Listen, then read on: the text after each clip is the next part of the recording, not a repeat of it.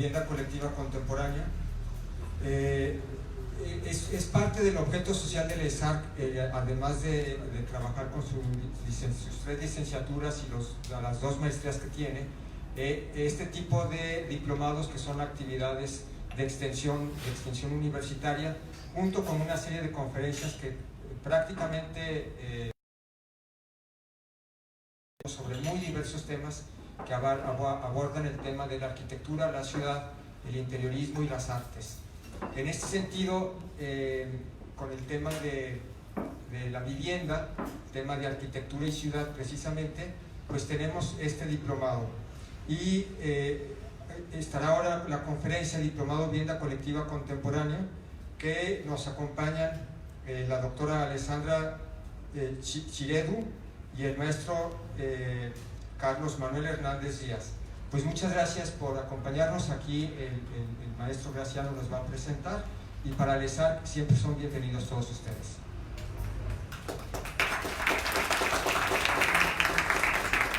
Hola, buenas noches a todos. Gracias por estar aquí con nosotros en el ESARC, y gracias a Alessandra y Carlos para haber aceptado, ¿no?, participar a esta experiencia del diplomado. Entonces os voy a leer brevemente el currículum de nuestros invitados de esta noche. La doctora Alessandra Cireddu es arquitecta por la Universidad de Cagliari en Italia. Tiene una maestría en Laboratorio de la Vivienda del siglo XXI por la Universidad Politécnica de Cataluña en Barcelona, España. Es doctora en Ciudad, Territorio y Sustentabilidad por la Universidad de Guadalajara. En el 2010 funda el despacho de arquitectura EMA, Espacio Multicultural de Arquitectura, junto con Carlos Hernández, cuyos proyectos han sido premiados y publicados en revistas y libros nacionales e internacionales. Es autora de artículos sobre ética, sociedad, arquitectura y urbanismo. Ha sido profesora de cátedra en el Tecnológico de Monterrey, Campus Guadalajara, donde ha impartido varios cursos de proyectos en distintos niveles y la materia optativa Vivienda y Ciudad. Desde el 2015 es directora del programa de arquitectura de esta misma institución. Gracias, Alejandra.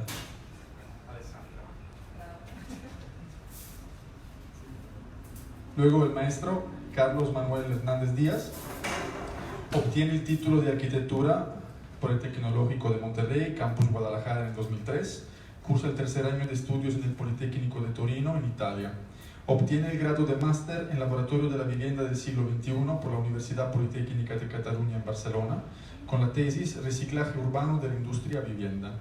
En 2010 cursa el posgrado de Planificación urbana y territorial en la Universidad Politécnica de Cataluña. Ha colaborado en distintos despachos nacionales e internacionales: Arquicubic en Barcelona, JC Nima Arquitectos en Guadalajara, Diputación de Barcelona en Barcelona. Desde el 2010 trabaja en varios proyectos junto con Alessandra Cireddu, con la cual funda EMA, Espacio Multicultural de Arquitectura, cuyos proyectos han sido publicados, entre otros, en la revista Architectural Digest, NIA Room y en el libro Arquitecturas Mexicanas. Desde el 2011 es profesor de cátedra en el Tecnológico de Monterrey. Colabora activamente con el Máster de la Vivienda del siglo XXI, cuyos directores son José María Montané y Saida Mushi, del cual es profesor por la edición mexicana en la Universidad Ibero-Mexicana en México, en la Ciudad de México. En 2018 ha sido codirector y coordinador del tercer Congreso Internacional de la Vivienda Colectiva Sostenible, en Guadalajara. Desde octubre de 2018 es director de la Dirección de Proyectos de Espacio Público en el Ayuntamiento de Guadalajara. Muchas gracias, Carlos, y bienvenidos. Gracias. Sí. Gracias, Graciano, y gracias a Alessandra por la invitación.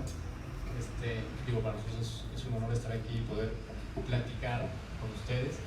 Realmente hablaremos poco de nuestros proyectos, sino más bien nos enfocaremos, por ahí aparecerán un par, pero hablaremos de temas de investigación que nos han, digamos, puesto ahorita en donde estamos en cuestión de la maestría o el doctorado de Ale, pero que son puntos que para nosotros son de referencia y que siempre la investigación va de mano de la práctica, ¿no? Entonces, pues si quieres, arrancamos.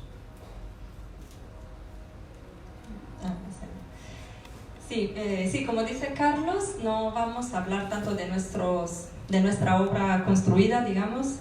La mayoría son casas unifamiliares, también hemos trabajado algunos edificios de vivienda, digamos, de departamentos, pero el día de hoy nos gustaría enfocarnos un poco más en algunas cuestiones así que hemos investigado, algunas reflexiones, inquietudes que han acompañado un poquito nuestro proceso también de proyecto y de diseño, pero más enfocado a la investigación.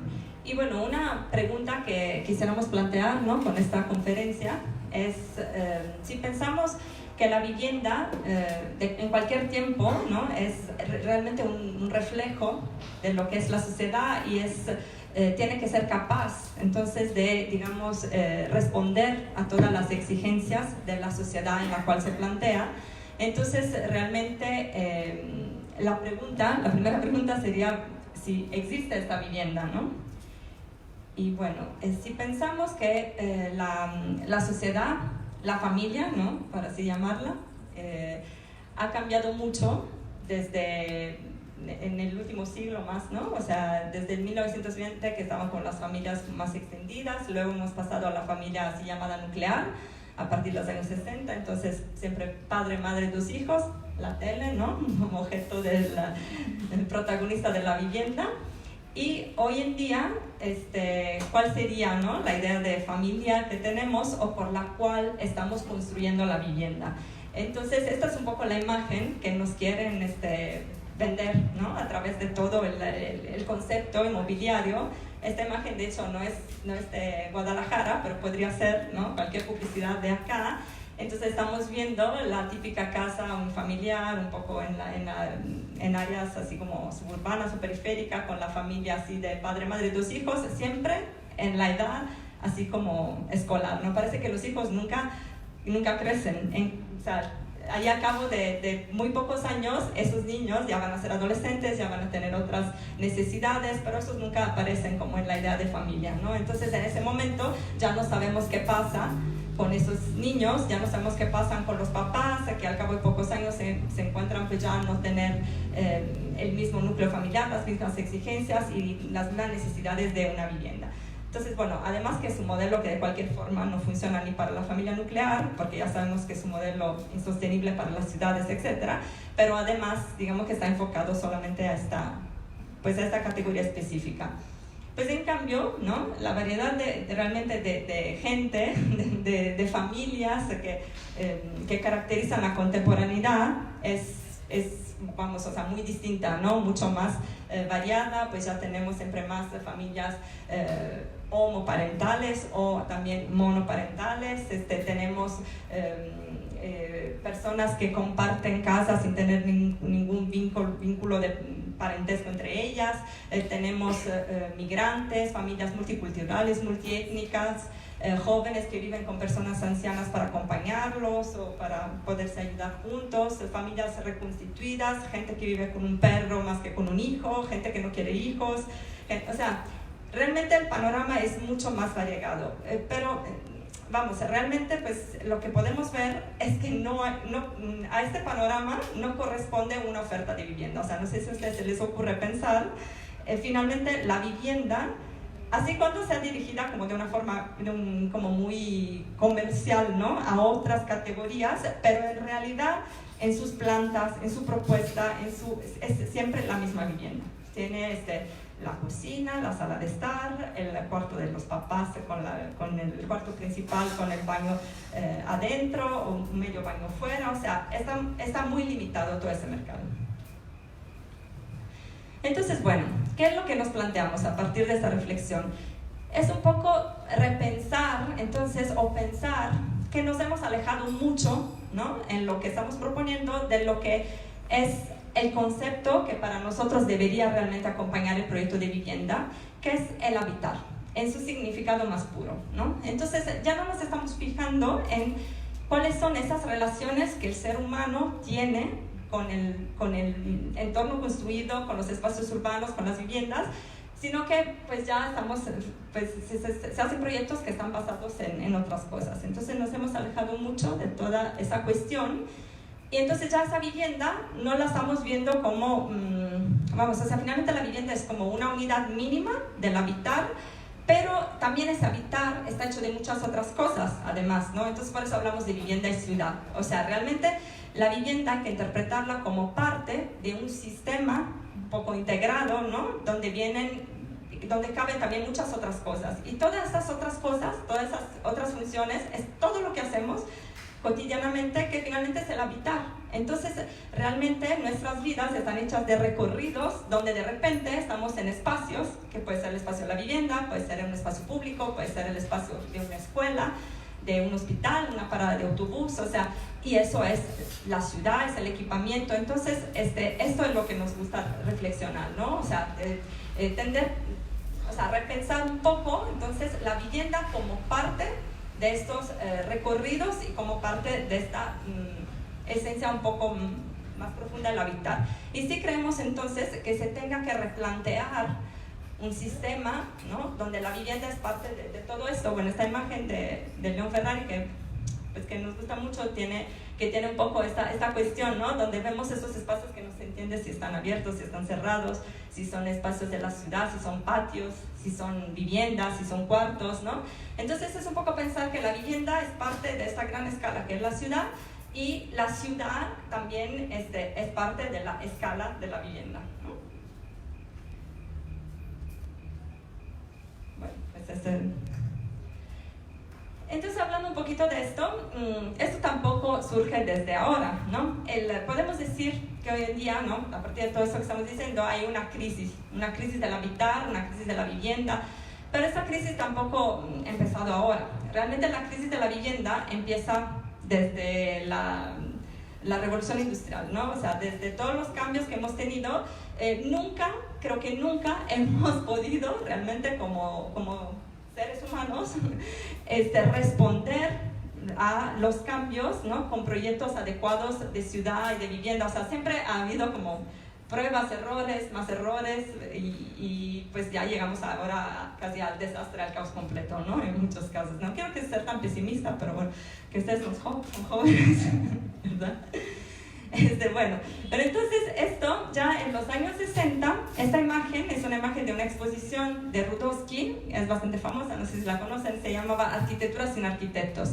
Esta exposición Rudowski la hace en el MoMA de Nueva York. Era una exposición, o sea, a él le encargaron una exposición sobre la arquitectura moderna, y Rudowski sale con estas imágenes. Esta es una de muchas, que son imágenes de arquitecturas nómadas, de arquitectura vernácula, ¿no? Y entonces en ese momento, de hecho, muchos no entendieron su mensaje, entonces se lo tacharon un poco de antimoderno, de que cómo era posible, o sea, ¿no? Pues ustedes saben que con el movimiento moderno lo que se estaba proponiendo era ese rescate de la humanidad, de la sociedad y de la ciudad y de la vivienda a través de sus edificios funcionales, racionales, etcétera, ¿no? Se proponía como si ordenar las ciudades y casi poder controlar el comportamiento de las personas o de la sociedad a través de la arquitectura. Era algo muy ambicioso. Y Rudowski propone esto. Pero ¿cuál era su mensaje? O sea, realmente lo que él quería decir no era tenemos que regresar a la arquitectura vernácula, pero lo que él hacía era justamente eso, detectar una crisis profunda de la sociedad, del habitar y de la vivienda, y decir, no es tan fácil la solución. Debemos replantearnos completamente nuestra forma de habitar y de apropiarnos del territorio, repensándolo desde eso, ¿no? Desde los nómadas, desde cómo caminando se marcaban los territorios, se encontraban los puntos importantes. Entonces, es lo que él un poco platica. Y en esos mismos años 60 habían también otros movimientos, ¿no? Como así, de vanguardias, ¿no? Y radicales, que son un poco menos conocidos, han pasado menos a la historia que el movimiento moderno, pero también son muy conocidos. Por ejemplo, estos son los Archigram, este grupo inglés, ¿no? De arquitectos que proponía o imaginaba, prefiguraba escenarios futuros de ciudades donde la vivienda ya no existía y se transformaba en estas especies de como vestidos espaciales que se iban inflando y que eran la vivienda. Entonces la vivienda coincidía casi con el cuerpo y luego se iba inflando y era un espacio que te separaba del otro y ya. Y así como esto, pues siempre este tema, ¿no? Del movimiento, de la ciudad con patas que se iba trasladando y podía estar en distintos lugares, o la ciudad instantánea.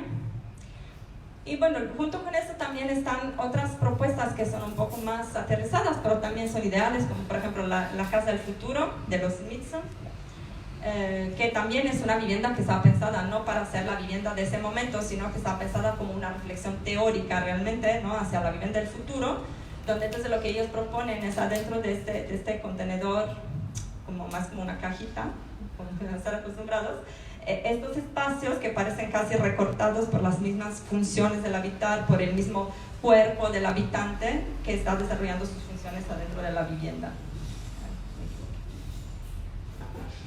Esto. Entonces empezamos a ver este tipo de espacios.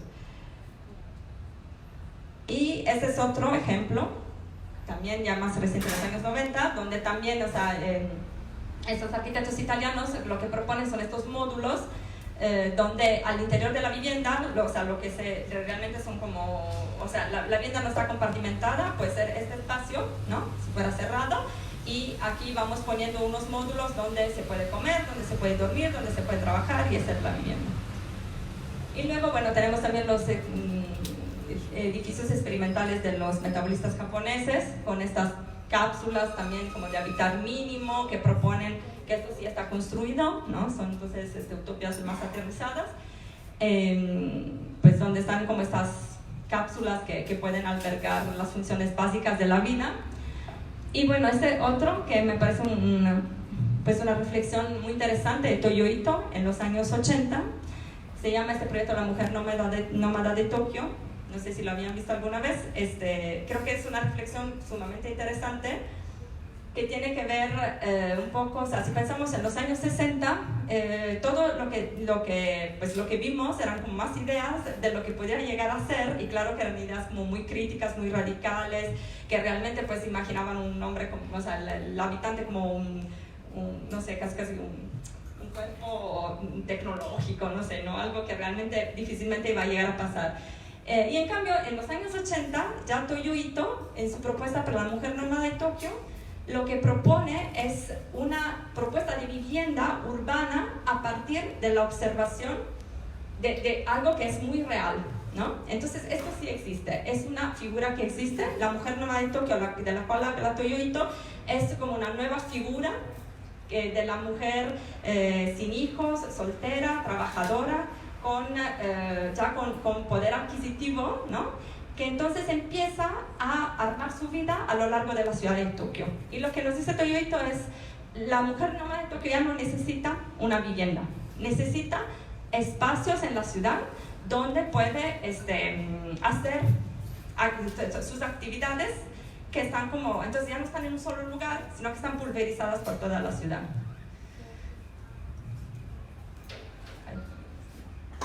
Es esto, ¿no? Entonces, imagina esta ciudad de Tokio con todos estos espacios que están por todos lados, donde entonces, no sé, si aquí duermo, luego salgo, uno se va a trabajar, luego voy a otro modulito. Es como cuando uno sale en la mañana, luego va al gimnasio, se baña, de ahí va a trabajar, luego de ahí sale y va con amigos, o sea, va realmente viviendo un recorrido en la ciudad. Eso también es vivienda, ¿no? Entonces tenemos que también empezar a pensar que todo lo que hacemos tiene que estar pues más bien pensado en estos recorridos.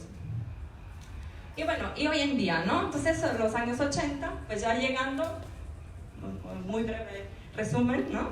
Este señor, bueno, que pues ya falleció, pero bueno, que creo que ha marcado pues mucho pues creo que todos podemos entender cuando nos habla de esa modernidad líquida, de esa vida líquida, ¿no?, de esa sociedad líquida, pues entendemos que describe muy bien nuestra contemporaneidad. O sea, Bauman lo que dice es, hemos pasado de una modernidad o de una sociedad que era sólida, o sea, que estaba arraigada al territorio, a las fronteras nacionales, pues a lo que es como estático, a una modernidad que es completamente líquida, entonces donde todo fluye, o sea, donde ya nos podemos mover de una forma mucho más sencilla, de muchas formas. También podemos estar en lugares donde no estamos físicamente, pero podemos estar en ellos, entonces todo lo virtual, toda la forma ya de viajar, de movernos, de vivir, los valores incluso, o sea, todo ya ha cambiado.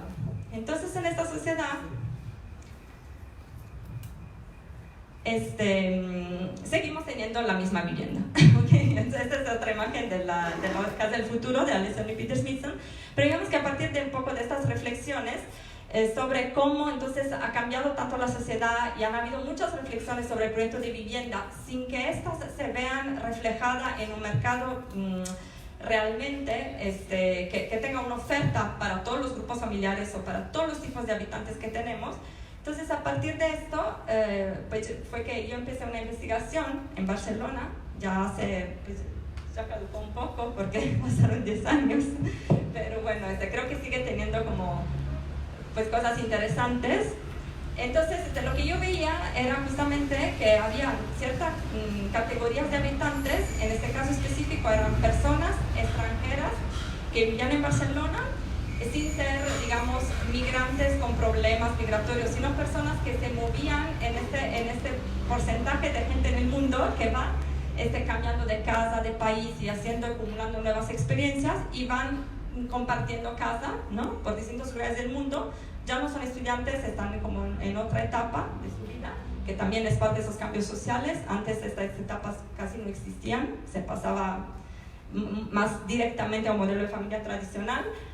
Y entonces, pues a partir de esa observación que estas personas no tenían el modelo de vivienda que se acomodaba a ese núcleo familiar, entonces hice esta investigación con unos casos de estudio donde entonces empecé a analizar estas personas, dónde vivían, qué hacían, cómo se apropiaban de los espacios, y entonces cómo una vivienda que no estaba pensada para ellos podía empezar a tener como otras funciones.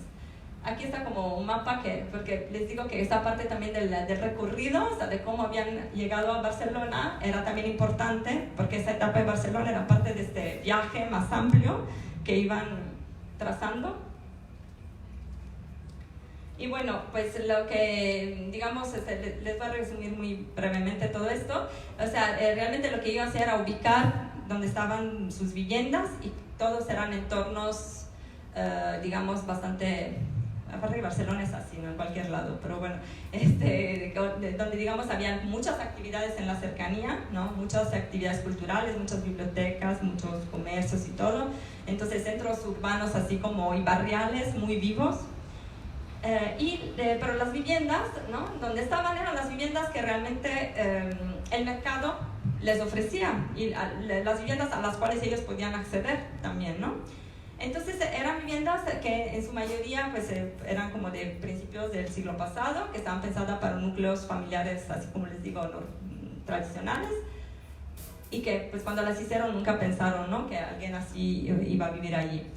Y entonces, bueno, pues ya iba haciendo para cada caso de estudio estas fichas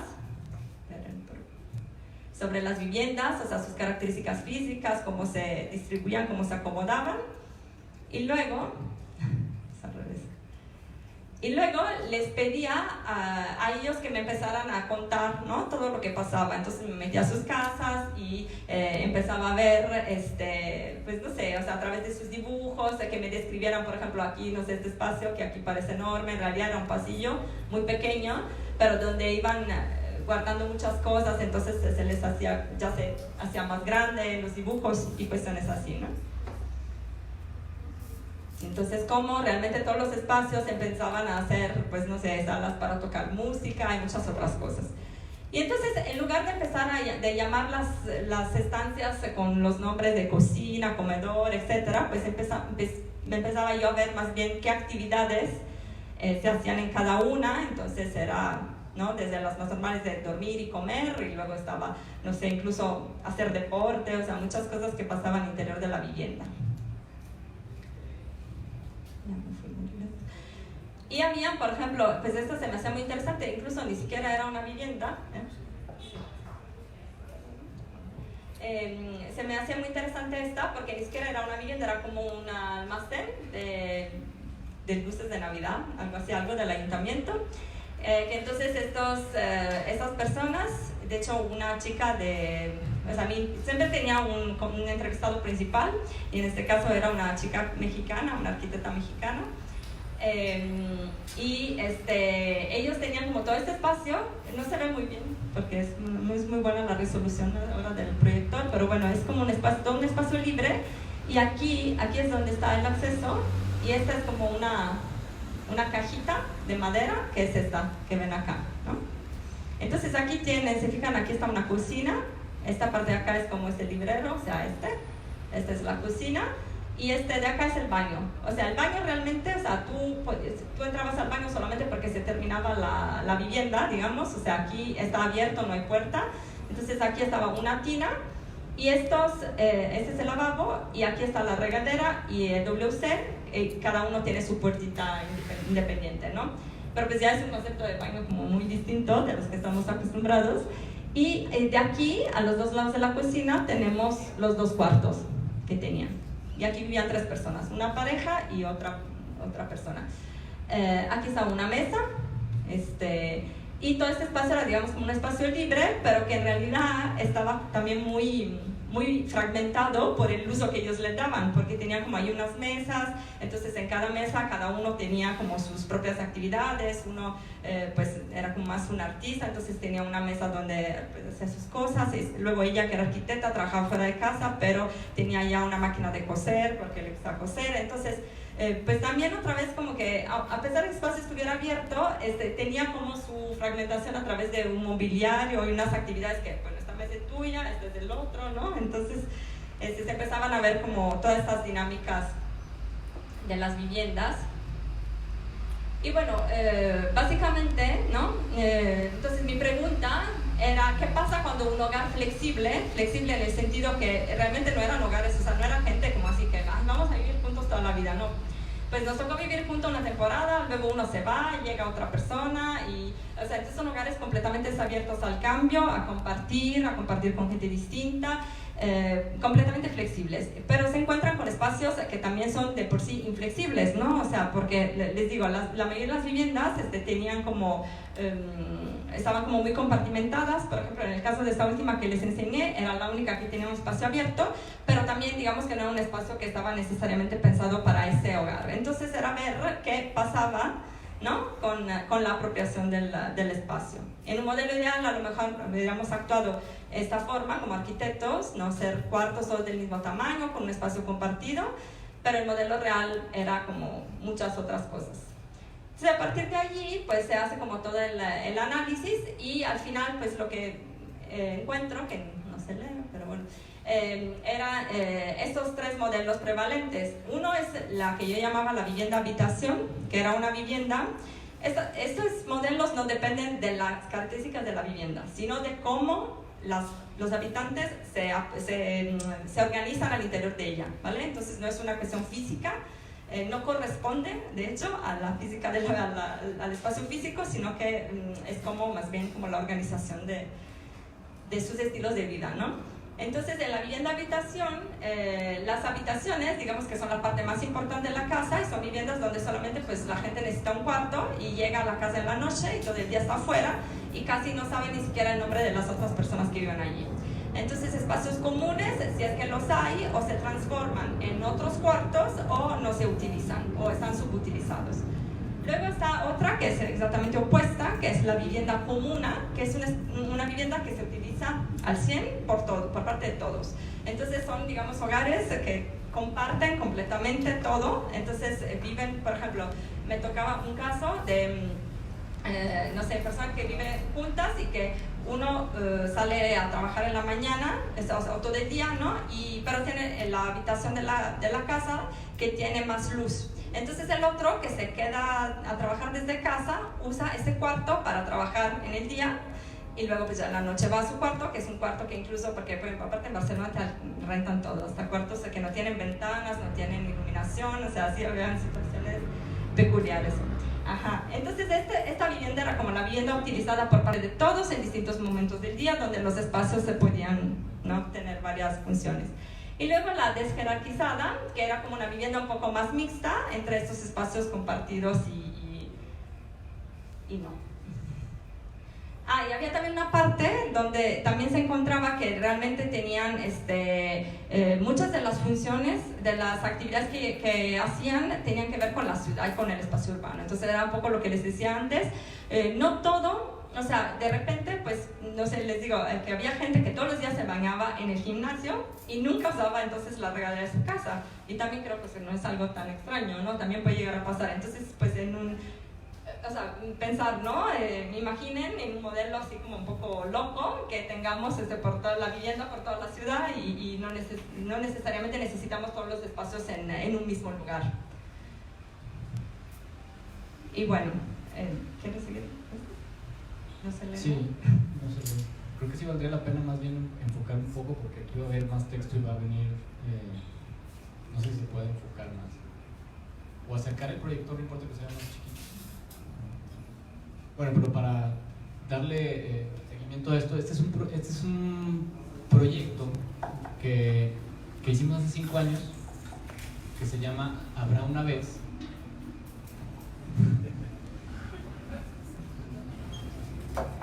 Bueno,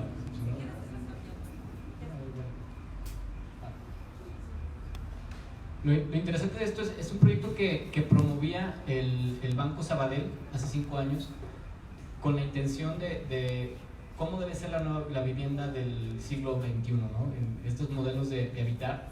Y lo que resultaba interesante es que lo promovía una inmobiliaria, ¿no? Entonces, porque por lo general las inmobiliarias pues van más por lo que se tiene que vender metros cuadrados, ¿no? Entonces aquí esto nos parecía bien interesante. Hicimos este concurso y se llamaba Bienvenido a Casa, y lo titulábamos Habrá una vez, redes de habitar colaborativo para el siglo XXI. Un poco de todo lo que ha hablado Ale y lo que seguiremos hablando. Y para los que están haciendo el diplomado de vivienda, seguramente ya Graziano les ha explicado temas de estos. Tratábamos en este ejercicio, en este proyecto, pues quizá de manera hipotética, implementar todo lo que el habitar el presente, o todas las herramientas de cómo debería ser una vivienda ideal y flexible, ¿no? Y esos eran digamos, las premisas que considerábamos importantes, o conceptos que considerábamos que eran relevantes para el proyecto. Era una manzana completa del ensanche de Barcelona, donde nosotros lo que planteamos era que hubiera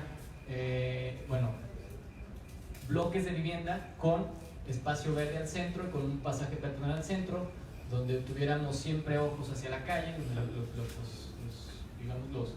los habitantes tuvieran esa relación directa con la ciudad, y al mismo tiempo con el parque, un sistema de patio, pasillo, que el pasillo, además de ser un elemento que nos conecta, tuviera actividades, si no fuera elementos, digamos, muertos. Comercio en planta baja, o sea, este uso mixto que hubiera en el proyecto. En este comercio hablamos no nada más sino que haya equipamiento, ¿no? Que le dé servicio a la gente que vive en el mismo bloque, ¿no? Y como se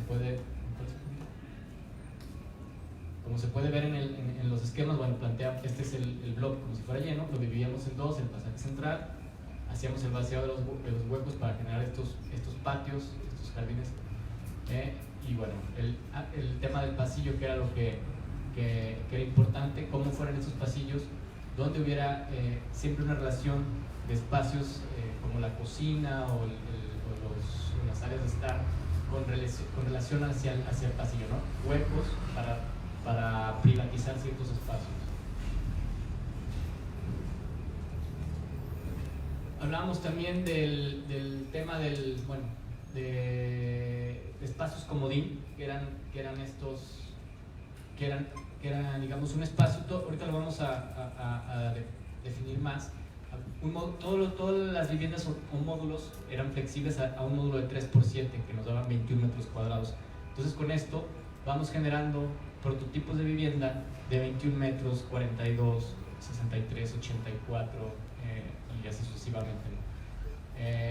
El módulo comodín, hablamos de, por ejemplo, estos módulos que pudieran estar alrededor de un bloque, donde estos módulos comodín podrían ser una oficina o una vivienda para alguien que viene de fuera y quiere estar en un invitado. Yo puedo tener un departamento en uno de estos, pero viene mi abuelito, mi abuelita de no sé dónde, y se puede quedar en el espacio comodín que yo puedo rentar o alquilar en ese mismo módulo, ¿no? O tengo aquí vivo y tengo un espacio comodín donde yo puedo tener una oficina ahí mismo.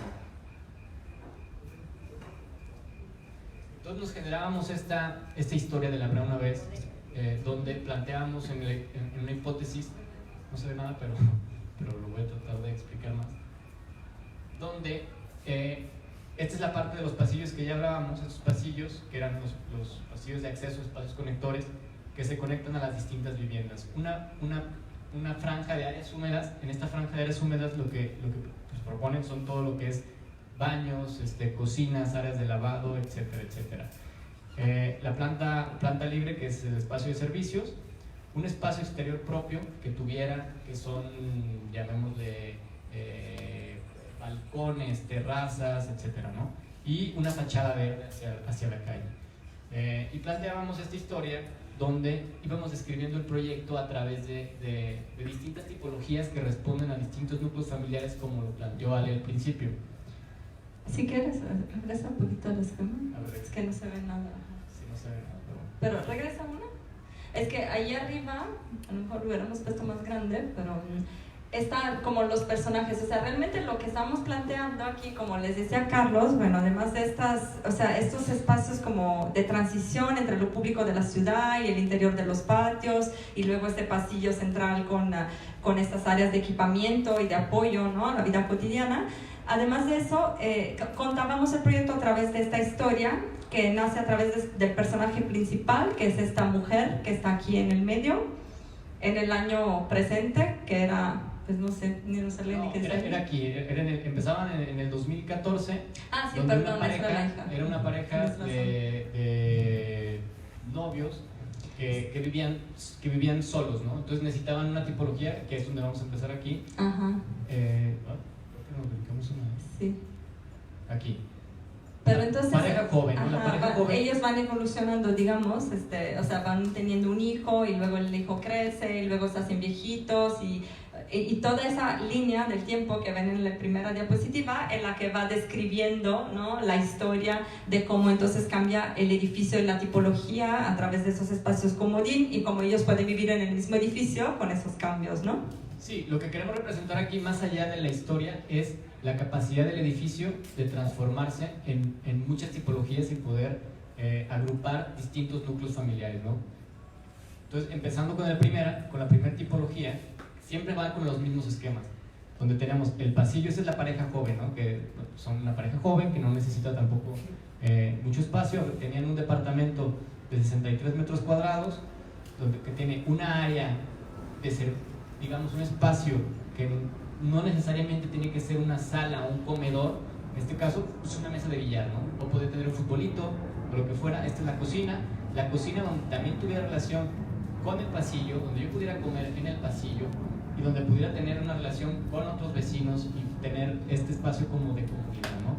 La habitación, digamos, de la pareja y un baño, ¿no? Que todo siempre se va a ir sumando. Son módulos de 3x7 y de 3x7, ¿no? Con el área húmeda, la terraza y el espacio verde. En el mismo módulo, ellos tienen una oficina, otros 21 metros cuadrados, donde hacen sus actividades profesionales. Luego cambia la dinámica, crece, tiene una niña, o sea, que tienen necesidades diferentes. ¿Qué es lo que pasa? Tendrían un departamento de 84 metros cuadrados, donde tienen, sigue el mismo esquema de pasillo. Esto nunca va a cambiar. El pasillo, áreas húmedas, que lo que ven aquí son áreas de almacenaje, pueden ser closets, despensas, etcétera. Sala, otra vez aquí ya tiene una sala comedor y la habitación de la niña y la habitación de los padres, ¿no? Aquí es importante también porque la niña es chiquita, entonces planteábamos que la habitación de la niña tendría que ser como un espacio abierto, donde podría ser un muro corredizo, lo que fuera, por si los papás están en la cocina cocinando o están en la sala, podrían tener una relación directa con la niña en un tema de cuidado familiar, ¿no? Y los papás tienen este espacio acá, ¿no? Y siguen teniendo el módulo comodín con una oficina.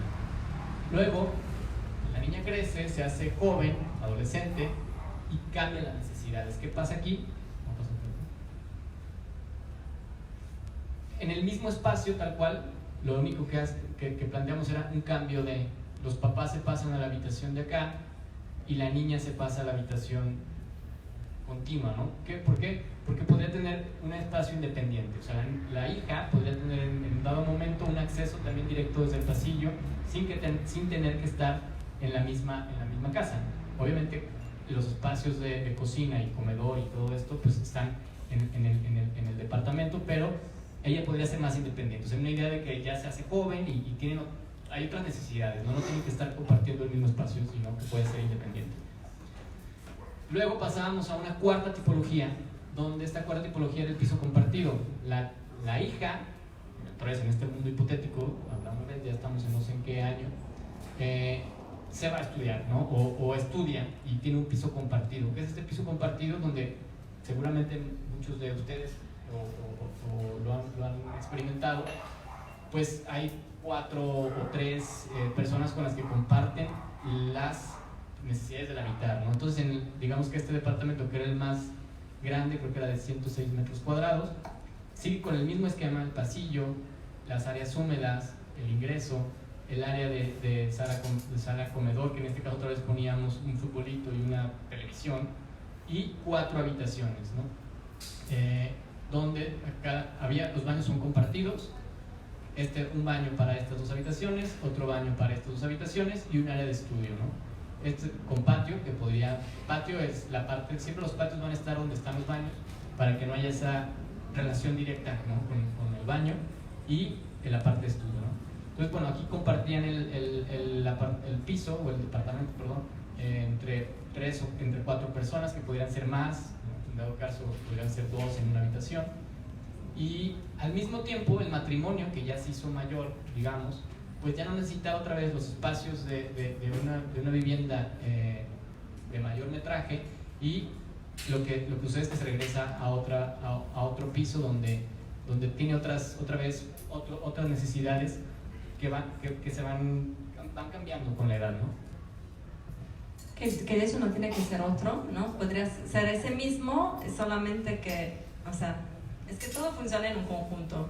O sea, entonces se podrían quedar solo con esta parte, y esta parte pues la pueden rentar, la pueden vender, o sea, porque esto muy fácilmente tiene otro acceso. Entonces esta podría ser un cuarto con un baño para alguien que necesita solamente un espacio de trabajo o solamente un espacio para dormir, ¿no?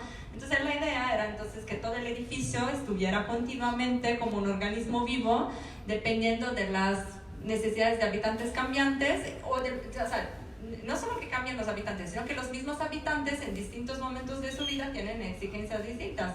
Entonces allí se estuviera un poco construyendo esta red del habitar.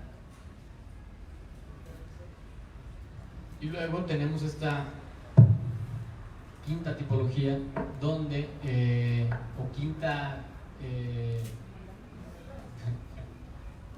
posibilidad, flexibilidad, donde la hija, Eva, pues tiene un hijo, ¿no? Entonces es madre soltera y tiene un departamento de 63 metros cuadrados, donde tiene una sala más pequeña, o un espacio de servicio más pequeño, y tiene las 2 habitaciones. O sea, recordemos, este siempre es el módulo de 7x3, ¿no? Ella vive sola con la niña y tal, ¿no? Pero la familia, la abuelita o los abuelitos siguen en el mismo departamento, pero pueden tener la posibilidad de recibir al nieto, ¿no? Entonces el nieto va los fines de semana, es otro hogar, digamos, reconstruido, donde los abuelos, que es ya también un tema muy común ahora, que cuidan a los niños, ¿no? Cuidan a los nietos en muchas épocas del año, porque los papás trabajan y pues se quedan los fines de semana, entonces es otra tipología que podría suceder, ¿no? Y una sexta tipología, que es el hogar reconstruido, ¿no? Donde Eva y el niño Xavi, que le poníamos, pues conoce a una pareja, y esta pareja viene con 2 hijos incluidos también. Entonces ya pues es un hogar donde hay 3 niños o 3 hijos y una pareja, ¿no? Entonces en este punto llegamos al departamento de 104, no alcanzó a probar múltiplos, todos 106 creo que es, donde hay 3 habitaciones, la pareja está por privacidad del otro lado, el espacio servido está al centro y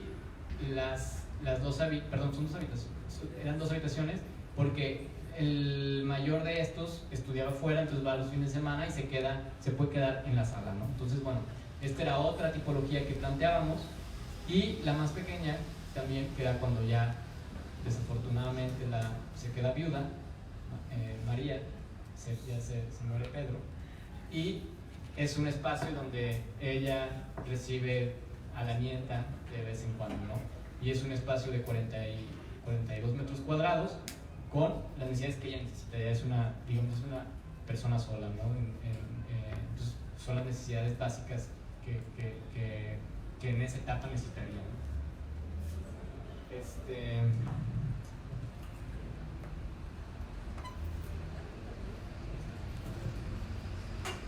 Y al final el conjunto, lo que planteamos del conjunto, que es la imagen con la que ponía la conferencia, pues era todas estas actividades que se plantean en sección. Lo planteamos en sección en esta perspectiva, donde la planta baja tiene este espacio comercial o de equipamiento con relación con un parque central, donde, digamos, los habitantes pueden utilizar, y la misma gente del exterior, los pasillos, cómo se ven los huecos, ¿no?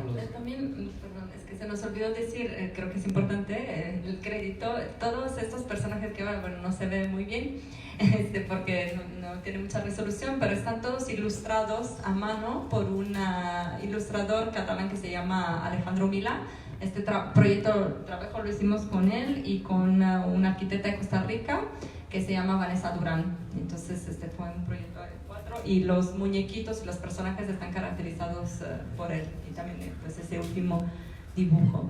Y aquí se ven como la cuestión de las relaciones de los pasillos. Sí, y yo creo que también parte de la gracia de la ilustración y de las plantas es este hecho de no mostrar las plantas como las dibujamos los arquitectos, ¿no? Donde siempre está el bloque de AutoCAD de la sala o del comedor o las camas, sino que fuera un tema mucho más humano. Bueno, esto también son conceptos que debería de tener el edificio, ¿no? En temas de cubiertas vegetal, celdas solares, utilizar la cubierta, la recolección de agua que podría tener también para un tema de reciclaje para los jardines, etcétera, etcétera. Y básicamente era la propuesta que hacíamos en su momento,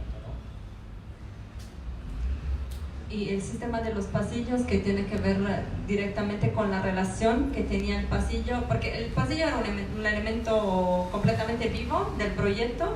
Entonces, como les decía, es que a lo mejor no sé si se vio muy bien, pero tenía como esta relación donde, por ejemplo, las cocinas están abiertas y todas las áreas de servicio y áreas húmedas estaban hacia el pasillo, ¿no? Entonces están los accesos, pero luego están las cocinas que se abren, entonces generan como esos espacios de vecindad, y luego en la parte donde están servicios húmedos, tipo los baños y así, hay más bien como unos recortes, digamos, o sea, como unos vacíos allá, como si fueran unos pequeños patios, para que entonces se garantice una privacidad, digamos, que no esté pasando la gente abajo de la ventana de tu baño, y que también entonces genera que haya unas vistas desde el piso de arriba hacia el piso de abajo, o sea, ahí se va como, este elemento va un poco agarrando vida hacia el patio interior.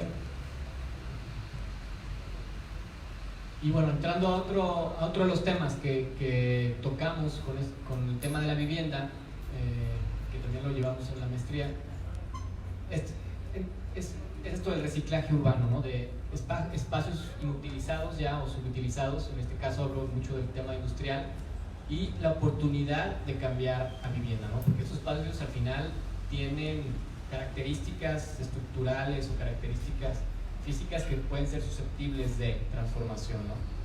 Este es un caso que a mí en lo particular me llamó mucho la atención desde que era estudiante, y después tuve la oportunidad ya de estudiarlo y conocerlo más, que son los gasómetros de Viena. No sé si alguien los conozca, ¿no?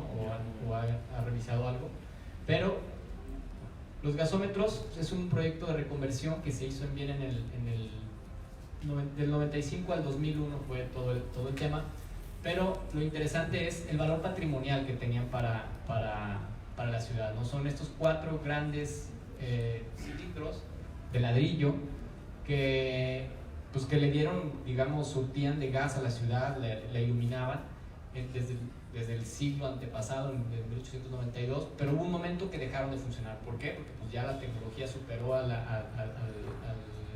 la función con la cual fueron creados, y muy acertadamente el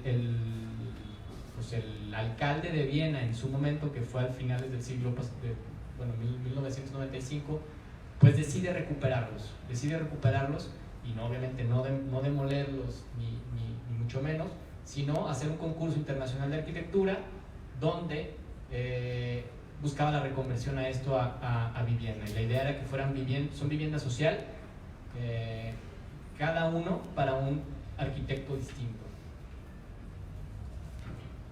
Esta es una imagen ya creo que esta imagen es del 2002-2003, pero básicamente está igual, ya hay más densificación alrededor también. Pero era lo que les comentaba, era un concurso vivienda social, no mayores los departamentos a 100 metros cuadrados y a un precio, en su momento de 1.160 euros metro cuadrado, y los ganadores fueron, Jan Nouvel, que hace este edificio acá, Himmelblau, Weather y Holzbauer. Ahorita entro más, profundizamos, lo toco rápido también porque el tiempo es... esta es una sección de lo que sucede en estos cilindros reconvertidos, ¿no? Que no nada más son vivienda, lo importante es conectarlos y equiparlos. ¿Por qué conectarlos? Porque estos gasómetros están a 4,5 kilómetros del centro de la ciudad, ¿no? Hay una línea del metro, que es la línea 3, que los conecta en 9 minutos, estás de aquí al centro, son 5 paradas. Lo interesante de todo este proyecto es, para mí son 3 puntos. Uno es la preservación del patrimonio en ese sentido, porque tienen un valor patrimonial para la ciudad. Otro es el poder albergar vivienda social, y el otro es el uso mixto de todo este espacio, no nada más es vivienda. Todo lo que vemos acá abajo es comercio, es oficinas,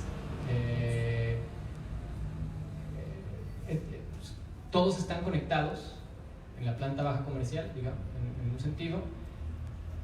Digamos que las viviendas empiezan en el 5º nivel. Esto es un domo donde tú desde el centro comercial ves hacia las viviendas acá arriba, y esto se guardó del estado original, donde llueve adentro y respira, no están encapsuladas.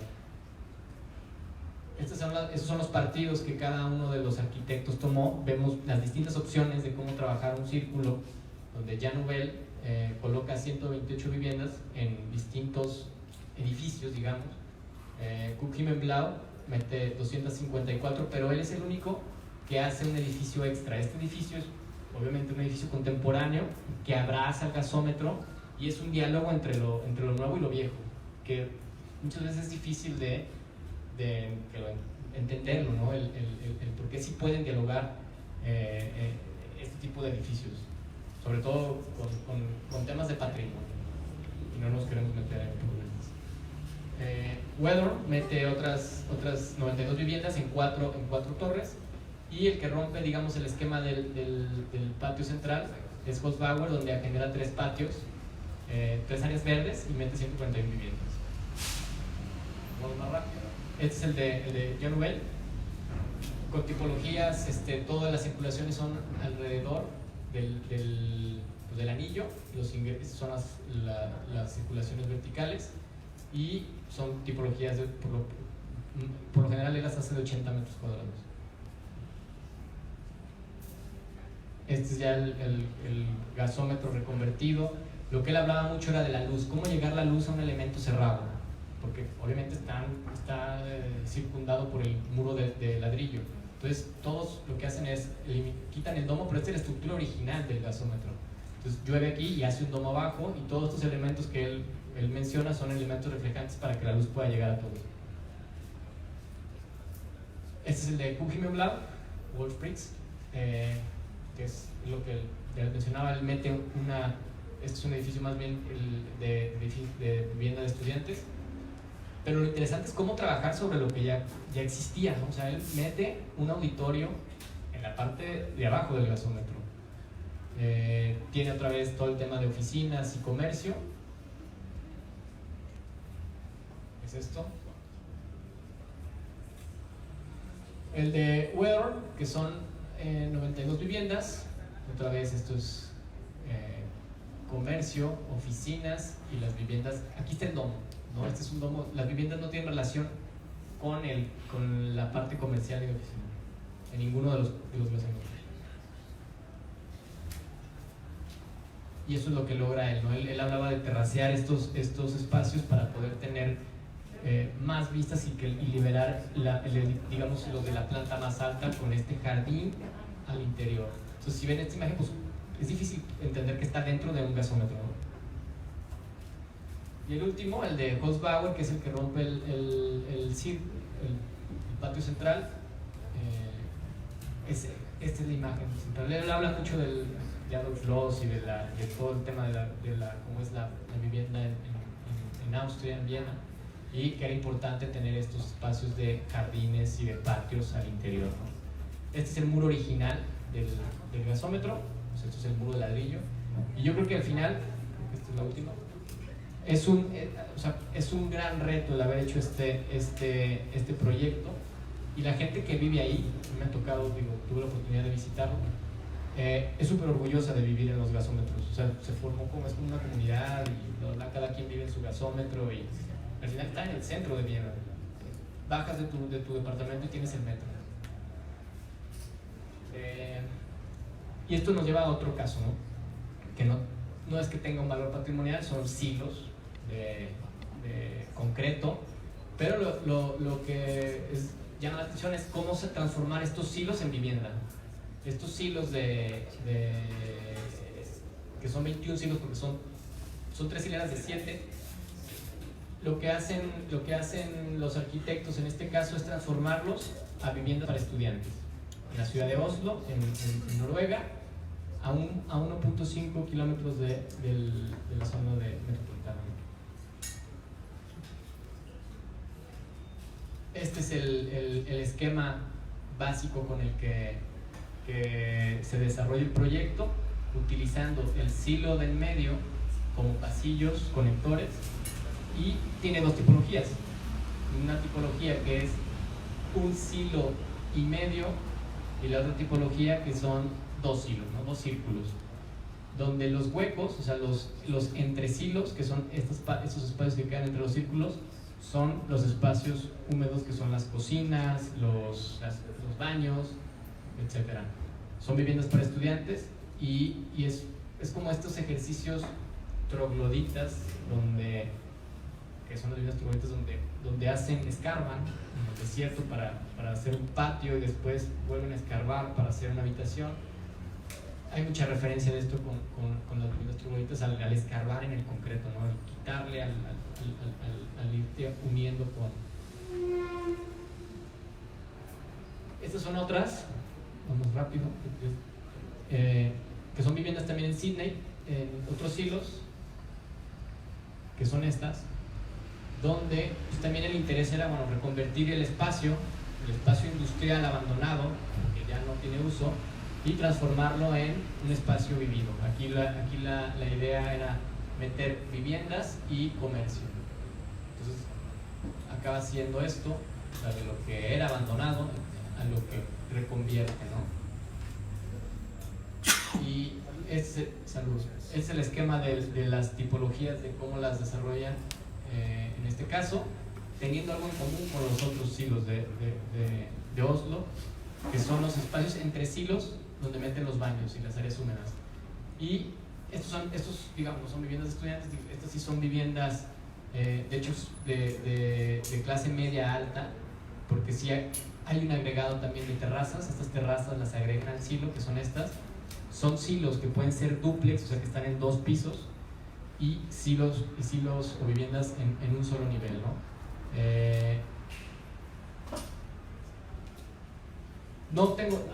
O sea, hemos estudiado varios casos de estos en viviendas reconvertidas de industria, no los metemos todo por cuestión de tiempo, pero queríamos mostrarles estos ejemplos como este espacio de reconversión de las oportunidades que puede tener una ciudad en cuanto a sus espacios subutilizados, ¿no? Y ya eso es lo último para cerrar. Esto sí es un proyecto nuestro y queremos un poco para digamos cerrar con este tema también del reciclaje, ¿no? De los espacios, platicarle un poco porque pues es un proyecto que tiene varias características. Es un proyecto que está ubicado en Italia, en la isla de Cerdeña, de donde es Graziano y yo. Aquí en este puntito acá en el sur de Cerdeña, y pues el edificio es una vivienda que es esta, ¿no? Entonces son dos partes, de hecho son varios volúmenes. Este volumen no tenía mucho valor cuando lo encontramos, ni eran los únicos dos, pero digamos que este es este volumen de acá y este es este de aquí. Es muy curioso porque bueno, en Italia hay muchas como leyes de protección del patrimonio y este tipo de cosas, pero aquí lo que pasaba es que aquí hay una calle y justo en el medio de esta calle pasa la línea de división de lo que está de este lado, que es centro histórico, y lo que está acá, que ya pasó a ser como una zona más densificable. Entonces, no densificable, porque al final es un contexto de un pueblo, pero digamos que se podría acá, hubiera sido de cierta forma más fácil poder casi tumbar todo y volver a hacer algo nuevo, pero en el momento que tú decidías de conservarlo, entonces sí tenías que entrar a toda una serie de procesos que son los que los que acompañan los edificios que tienen un valor patrimonial y que son antiguos, y entonces ahí había mil restricciones.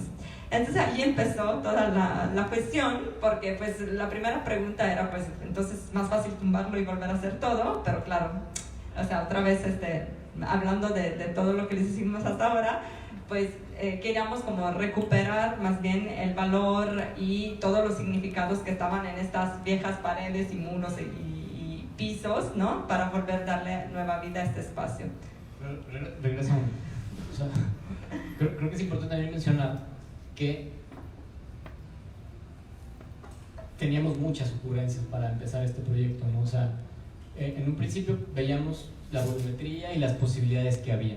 Decimos, ok, pues podemos unir las dos con un pabellón, cerrarla, digamos, la U, quitábamos esto y uníamos con un pabellón. Ya llegábamos con la propuesta y nos decían no. ¿Por qué no? Porque resultaba que aquí había un pequeño, no sé, era como un arroyito, sí, que ni siquiera tenía nada, pero por cuestiones de normativas y bla bla bla no podíamos unirnos, pero decíamos, pero ¿por qué no? Si aquí está unido. Pues no, porque esto se construyó en tal año y lo nuevo, no puedes construir nada pegado acá, tienes que construirlo 5 metros después. Si construimos 5 metros después, pues acabábamos con el terreno. Entonces básicamente fue un poco en temas normativos raros y bueno, como en todas las ciudades hay normativas que no entendemos, pero aquí al final lo que decidimos, pues bueno, fue tumbar esto, quitar esto, y la única posibilidad era continuar hasta aquí, pero no podemos construir nada acá, ¿no? Y sí, pero exacto, o sea, como les dice Carlos, o sea, el hecho de mantenerlo, o sea, realmente nos metía en una posición mucho más complicada que cualquier cosa que queríamos hacer, pues no se podía hacer básicamente. Entonces, por eso también el proyecto se llama Casa Lenta, porque al final del todo también le agarramos un poco el gusto, ¿no?, a esta cuestión que fuera lento, porque empezamos a apreciar también, es que vivimos en un mundo tan rápido, donde todo es tan rápido, que de repente también pues disfrutas, ¿no?, de pensar, ok, bueno, no hay prisa, ¿no? O sea, vamos viendo, vamos platicando, vamos negociando con el cliente, con el ayuntamiento, y poco a poco, ¿no?, estuvieron saliendo cosas. Y además porque pues en realidad todo el tiempo que tuvimos era también de ir allá, de rascar los muros. Empezamos a ver que todos los muros eran de adobe. En un principio pensamos que todos eran de adobe, pero no, porque tenían, como se hace también acá en México, ¿no?, la base estaba de piedra, entonces hasta una cierta altura era de piedra y luego estaba el adobe. Luego habían muros que en realidad eran muros de block que no tenían ningún valor. Entonces empezamos de allí, ¿no? a limpiar, ¿no? A descubrir el proyecto. Un poco, aquí dices eso, ¿no? Es que esto lo veíamos también en nuestras investigaciones, como en Benedetto Tagliabue y Enrique Miralles, que fue una frase que la encontramos como bien apropiada para este proyecto, que decía: siempre los mismos muros y suelos, usados y reusados desde la época gótica hasta hoy. Aprender a vivir con una estructura dada de segunda mano, como buscando dentro de los bolsillos dentro de los bolsillos de un viejo abrigo.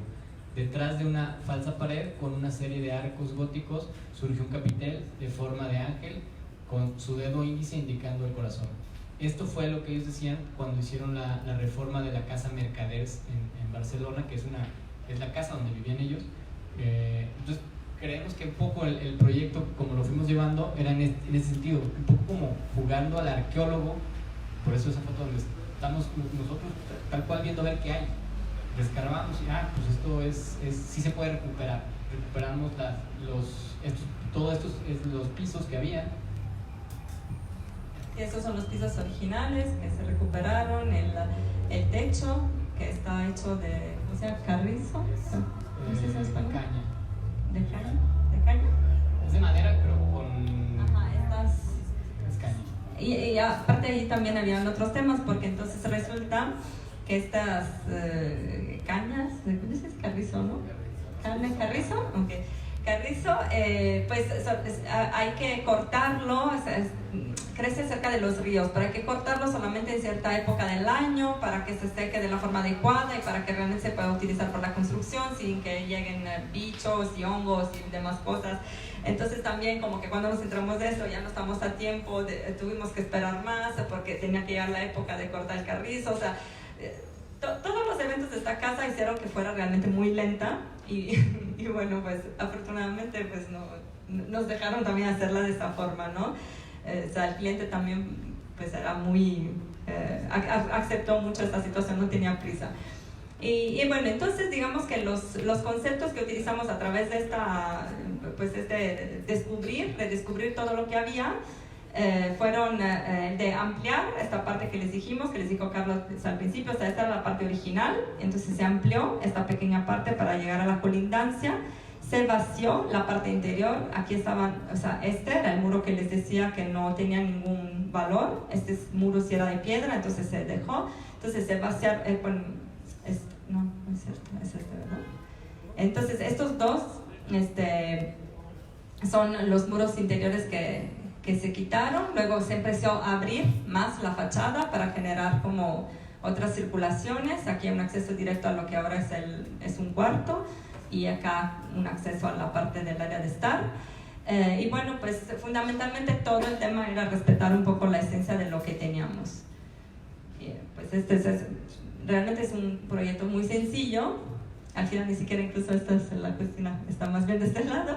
Pero bueno, el concepto fundamental fue entonces recordar las estancias antiguas de la casa a través de los pisos. Entonces hay unos cambios de material. Este era un cuarto y este era el otro cuarto, donde se tumbaron los dos muros. Se mantienen las mismas proporciones a través del piso, que es el piso original. Y esta parte se utiliza, fue el único que se pudo recuperar. Y en esta parte se utiliza un piso de concreto pulido, sencillo, para, digamos, o sea, más neutral. Y lo único que se construye, digamos, es este volumen, donde está el baño, está la chimenea, que no lo han puesto aún, sigue siendo lenta.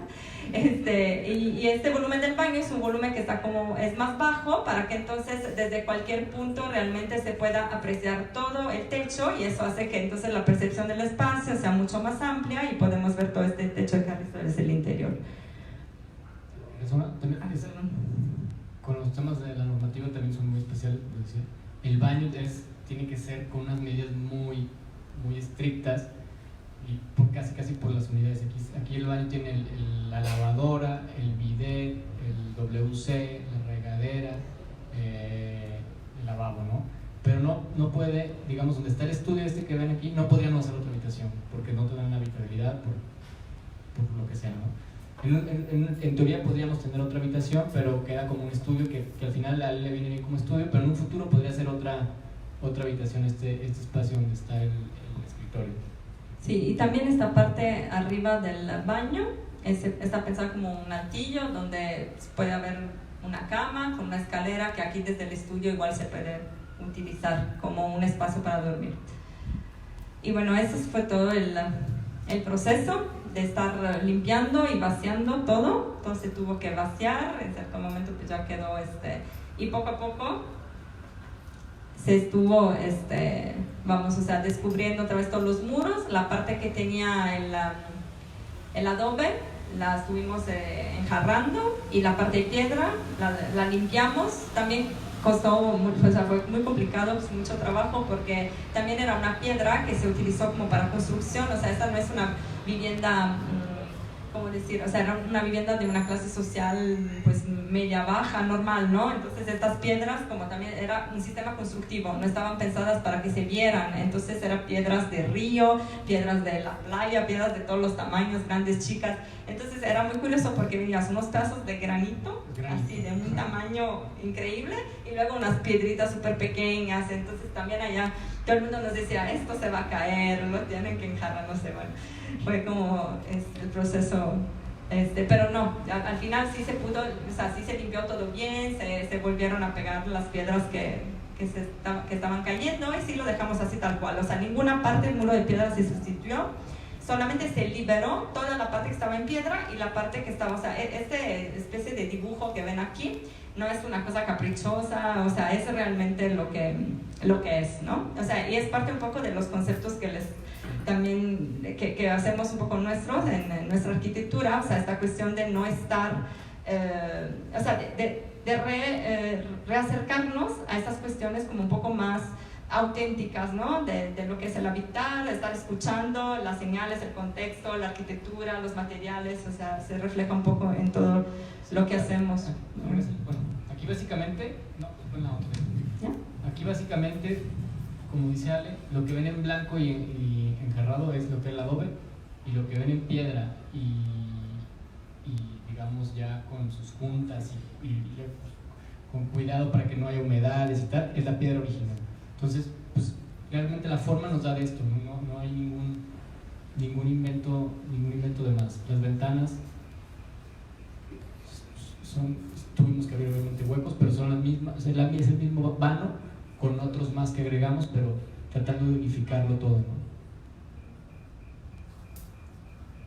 Y eso es algo de los interiores. Aquí se puede ver lo que les decía, ¿no? Realmente todo el techo es visible desde el interior. Esta es la parte de la chimenea alta. Aquí está el baño, y aquí se accede al baño. Aquí está el estudio y el cuarto al fondo. Y pues también tenemos más fotos, ¿no? Esta es la puerta, la única puerta prácticamente interior, es esta. Es una puerta que, si ustedes se fijan, no se ve nada. Bueno, aquí es del otro lado, del lado del cuarto, que ya está cerrada, y aquí está semiabierta, pero también cuando la cierro no se ve nada. O sea, es una puerta que parece como que está corrediza, pero está como suspendida, ¿no? O sea, tiene como, está escondido todo el mecanismo. Entonces era como un poco la idea también que que era la única puerta que cerraba el cuarto, pero que no fuera tan... Bueno, está también la puerta del baño, pero esa es la cajita. Es el baño. O sea, siempre se buscan de todas las ventanas pues estas relaciones con el jardín. Y debo decir también que es una de las casas más difíciles de fotografiar. Realmente es una experiencia mucho más bonita, tal vez al contrario de otras también que te pasa, ¿no? Que dices, mira, salió bien en la foto, y esta, no sé, las fotos nos dan la idea de lo que es. Creo que es mucho más pues interesante verla, ¿no? Sentirla, los muros, los pisos, y es complicado sacar la foto correcta. Y bueno, para concluir ya se nos hizo tarde, vamos bien. No, bueno, entonces digo, ya más que una conclusión, igual pues podemos abrir un debate, unas preguntas así, podemos platicar lo que gusten. Pusimos para cerrar esta cita de Ketlas, ¿no? Sobre el tema de que la vivienda en nuestro tiempo no existe. Bueno, eso lo decía Yamíes, ¿no? Que sin embargo la transformación de nuestro modo de vida exige su realización. Y bueno, vamos, o sea, él habla del tema que la casa, cuando desaparezca como esa institución, podrá estar realmente por todos lados. Y eso nos remite un poco a esas cuestiones del espacio privado y el espacio público, de cómo se deberían conectar en la ciudad y a través del habitar. Y digamos que, pues más allá de todo, también lo que, o sea, el objetivo un poco de lo que les hemos platicado, o sea, lo que buscamos es un poco dejar abierta esta cuestión, que creemos que ciertas preguntas, a lo mejor es difícil, porque vivimos también en, o sea, al final muchas veces es mucho más fácil estar respondiendo a un mercado, a un cliente, a una inmobiliaria, a otras cuestiones, pero pues sí creemos que hay cuestiones que no debemos de dejar de lado y cosas que debemos de seguir preguntándonos cuando estamos haciendo proyectos de vivienda y de ciudad. Entonces es muy importante pues seguir haciendo estas reflexiones.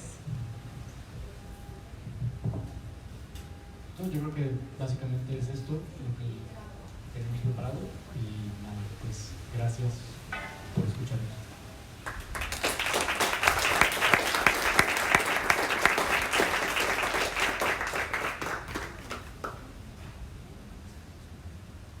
¿Hay preguntas?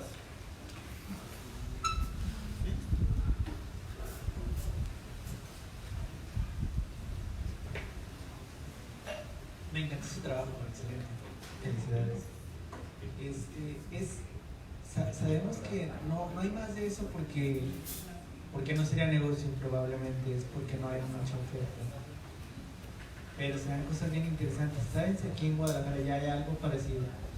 Como los de módulos de 21 metros.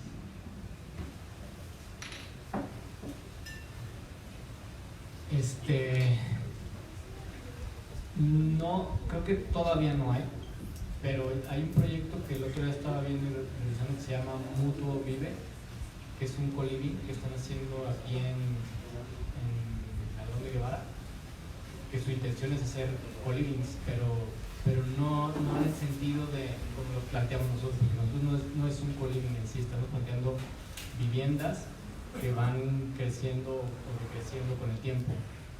Aquí lo que ellos plantean es una especie de cohousing o coliving o cohabitar, que es distinto, donde realmente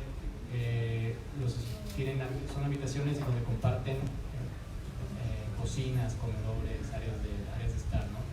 Pero más ejemplos así de donde haya, y puede haber viviendas más transformables, seguramente empezará a ver, ¿no? Pero no he visto eso. Sí, yo creo también que, digamos que en general la ciudad aún se está basando en proyectos tipológicos y aún bastante tradicionales y conservadores, pero pues porque también así es difícil, ¿no?, hacer estos cambios. Pero sí creo que hay cosas que están sucediendo en Guadalajara que son interesantes y creo que está en un momento de gran oportunidad. Ojalá sí sea una oportunidad que lleva algo bueno, porque creo que sí es una ciudad que ha abandonado su centro histórico, que se ha movido mucho hacia las afueras, que se ha expandido de forma horizontal y además con un modelo de fraccionamiento cerrado, o sea, con muchas cuestiones que realmente se han alejado de un modelo de vivienda y de ciudad que sea para la colectividad y que sea incluyente, ¿no? Todo lo que se hace es para yo, no todo es privado y todo está pensado a partir de estos valores que son opuestos, ¿no?, a lo que estamos platicando. Pero yo creo que está en un buen momento, tiene la oportunidad, creo que ya se entendió un poco, que se han hecho varios errores y creo que hay arquitectos que muy buenos, muy talentosos en esta ciudad, jóvenes que tienen buenas ideas y que están volviendo a enfocarse en el centro histórico, ¿no? Entonces, creo que apenas se está empezando a lo mejor a entender cómo se puede hacer.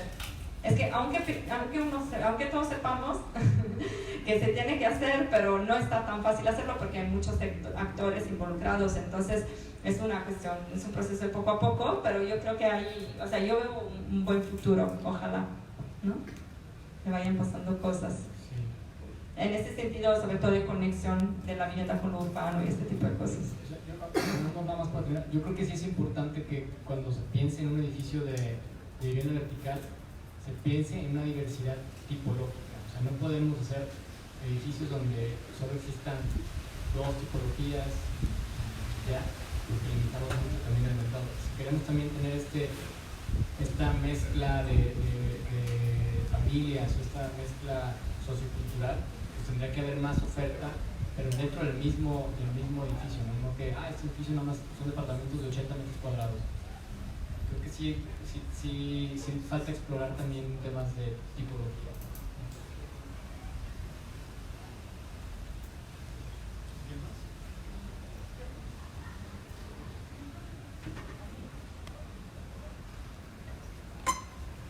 Muchas gracias. Parte de lo que mencionaban ahorita me llama mucho la atención lo que proyectan ustedes como esa capacidad de transformación para agrupar distintos núcleos familiares. Pero lo que me llamaba a mí la atención de esos módulos es que obviamente conforme había más personas pues iban incrementando los módulos. Pero mi duda es en el supuesto que ya está como todo ocupado y de repente crece la familia.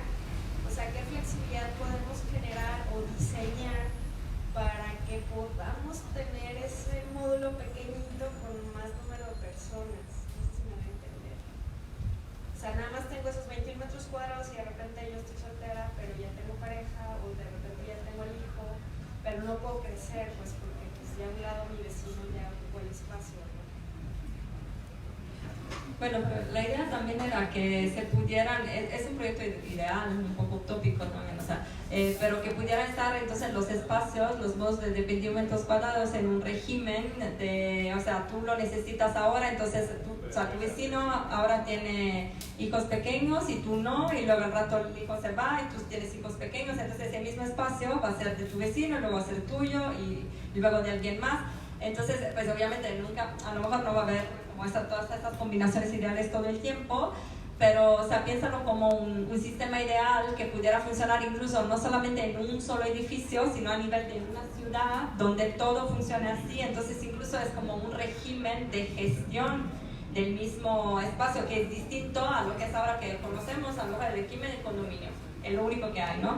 Pero tampoco somos muy creativos con eso, o sea, ¿desde cuándo existe esto? Y nunca se han generado otro tipo de cuestiones, donde entonces yo puedo temporalmente rentar un espacio de un mismo edificio o comprar y luego revender, o sea, un cuarto, un pasillo, o sea, eso no. Entonces también eso abría un poco el camino a que también podemos pensar nuevos modos de gestión de los edificios de vivienda, que digo, no está desarrollado a lo mejor en estos términos, pero es la idea. Y digo, otra vez volviendo, aquí no, todavía quizá no hay, pero lo que nosotros planteamos aquí, que ven estos, que son los módulos comodín, que pueden estar alrededor del bloque hipotético, pues son espacios que se podrían autogestionar por el mismo condominio, ¿no? A lo mejor para temas de mantenimiento o hasta de negocio para todos los vecinos, rentar estas posibles habitaciones o darles un uso cuando viene un familiar o lo que sea, en vez de que se quede en un hotel, se queda aquí, ¿no? Entonces, ¿cómo empezar a gestionar esos edificios desde el diseño flexible que puede dar el edificio, ¿no? Como ya te comentó, o sea, si tú necesitas 21 metros cuadrados y dices, ok, pues estos son mis 21 metros cuadrados y estoy aquí, pero crecí y necesito uno de 42 y mis vecinos ya no puedo crecer a un lado, pues a lo mejor hay otro de 42 en otra planta y te mudas al de 42, ¿no? O sea, no hablamos de que puedas siempre ir en el sentido lineal, ¿no? O sea, puede haber espacios vacíos y tú puedes llegar a ese espacio. Si necesitas 63, pues habrá quizá otro de 63. O sea, otra vez volviendo a este proyecto ideal donde pudieran caber todas estas tipologías o distintas necesidades de la vivienda. Bueno, antes de todo, felicidades y gracias por compartir con nosotros vuestros conocimientos, lo que yo lo he disfrutado mucho, ¿no? Y digamos, hablando de esta última consideración, ¿no? La mía, más que una pregunta, es una consideración que me gustaría compartir con vosotros, ¿no? Hemos estudiado todas estas formas, digamos, para hacer un espacio habitacional como más flexible, ¿no? Habrá que en el núcleo de la periferia y los módulos, todas esas cosas, ¿no? Pero justamente ahora se introdujo otro tema, ¿no? Es decir, por muy buenos que seamos como arquitectos en diseñar el interior de la vivienda, viéndolo con un sistema, luego entra un tema de gestión. Entonces, a lo mejor sí que se deberían replantear también las formas de tenencia de la vivienda y de cómo se gestiona la vivienda, ¿no? Sí, yo comparto completamente lo que dices, y esas son cosas que tienen que empezar a suceder en Guadalajara, ¿no? Hay casos en Berlín donde es una torreta de departamentos, que son 7 departamentos y el octavo es un departamento, pero es de todos, o sea, no tiene un dueño en sí, son 7 copropietarios y lo rentan o lo alquilan o lo usan cuando tienen estas necesidades, pero es una manera de gestionarse el edificio. A partir de esa renta, de esa unidad, pues tienen recursos hasta como negocio para ellos mismos, ¿no? Posiblemente, pero creo que sí es importante empezar a pensar ya no nada más en las formas y en la función, sino en la gestión que puede tener cambiante en el edificio. Y creo que esos temas de gestión también tienen que ver con muchos otros actores, para empezar los mismos habitantes, ¿no? O sea, entonces, porque estos casos son viviendas en cooperativas, donde entonces desde el mismo habitante, futuro habitante, o sea, incluso porque desde el proyecto se empiezan entonces a trabajar en una cooperativa de personas que van a vivir allí y que tienen ciertos ideales en común, ¿no? Y que entonces se van gestionando proyectos que son socialmente, ¿no? Mucho más, pues, no sé, avanzados, no sé cómo decir. Sí, y aquí entran otros temas también ya con lo de la gestión de temas de alquileres turísticos, ¿no? Porque al final empiezas a tener, sí, puedo hacer mi edificio, a lo mejor acaba siendo la mitad de alquiler turístico. O sea, son temas que creo que la ciudad apenas está empezando pero salió un dato en el mural ayer o antier, donde Guadalajara es la 9ª ciudad ya que ha incrementado el Airbnb, ¿no? De reservas de Airbnb a nivel mundial. Entonces son datos que ya empiezan a nivel mundial. En 9º lugar, o sea, de que se ha incrementado el Airbnb, no llega a niveles de Barcelona ni de país, ¿no? De incremento, o sea, de incremento. Y sí, ya empiezan a hacerse viviendas, hay edificios de viviendas completos aquí en Guadalajara que son para Airbnb, y eso está mal. ¿Por qué? Porque realmente estamos hablando ya de un punto de, como una vez que se llamaría esa era de turistificación, porque son habitantes ajenos al barrio. O sea, aquí lo tienen muy cerca de López Cotilla, el Círculo Francés. La mayoría de los departamentos son de Airbnb, y no es que nacieron originalmente pensándose en hacer eso, pero como dueño veo más ritual de meterlo a Airbnb que de meterlo a una renta normal, ¿no? Pero sí, el apartamento de Buenos Aires es el 100%. Sí, pero eso también porque la vivienda no se está promoviendo también desde un punto de vista político, ¿no? Y nos están dando como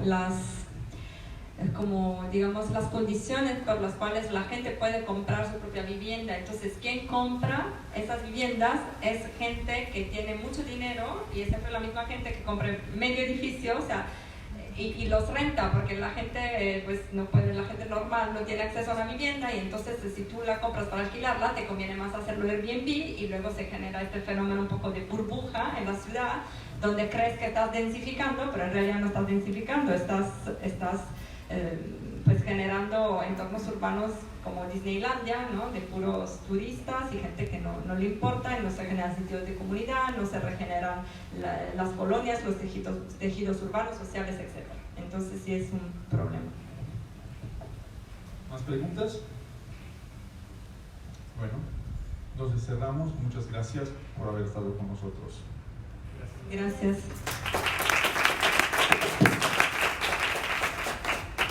Pues les agradecemos mucho su participación. Es un tema, desde luego, la vivienda, la densificación, la conservación del patrimonio histórico, una gran asignatura pendiente y un gran reto a trabajar con nosotros, profesionales del hábitat. Bueno, pues los invitamos a compartir una bebida refrescante un ratito para seguir aquí platicando con nuestros invitados.